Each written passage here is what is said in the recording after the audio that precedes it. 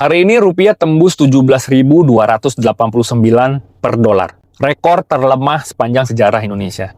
Dan ini langsung masuk ke dompet kamu. Maksudnya, cicilan KPR naik, harga elektronik impor naik, biaya umroh haji naik, bahan baku usaha naik. Gaji dan pendapatan sama. Kenapa bisa selemah ini? Ada 3 hal yang terjadi bersamaan. Yang pertama, kita udah tahu sama-sama ada perang. Perang Iran dan Amerika membuat investor global panik. Mereka tarik uang keluar dari negara berkembang. Dan kita salah satunya 25 triliun keluar dari Indonesia dalam sebulan. Yang kedua, dolar Amerika menguat.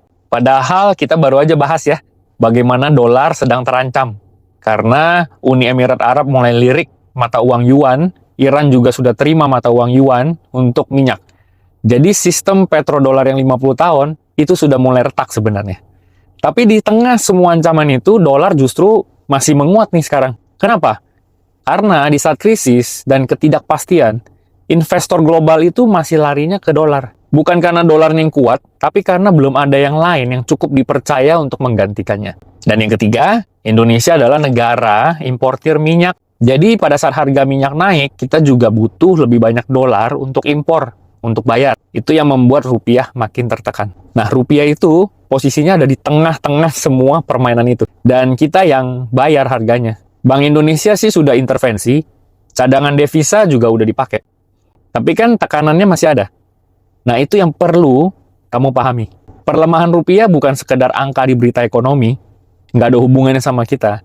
Tapi ini sebenarnya adalah pengurangan secara diam-diam dari nilai tabungan kamu, dari daya beli kamu, dan kerja keras kamu selama ini. Dan kalau sistem yang hanya bergantung pada satu sumber pendapatan, apalagi bentuknya dalam rupiah, udah pasti makin bahaya dong.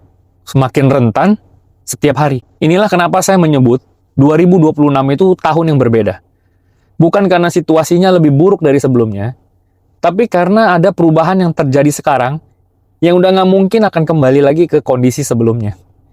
Karena sistem yang lama itu udah nggak cukup. Cara yang lama sudah tidak efisien. Dan satu sumber pendapatan itu tidak cukup. Ini yang terus saya pelajari sambil membangun sistem yang nggak hanya bergantung pada satu sumber penghasilan. Makanya saya fokus bangun sesuatu yang bisa tetap berjalan, bahkan ketika saya tidak aktif di depannya. Karena ada sistem. Komen satu kata apa yang paling kamu khawatirkan dari situasi ini.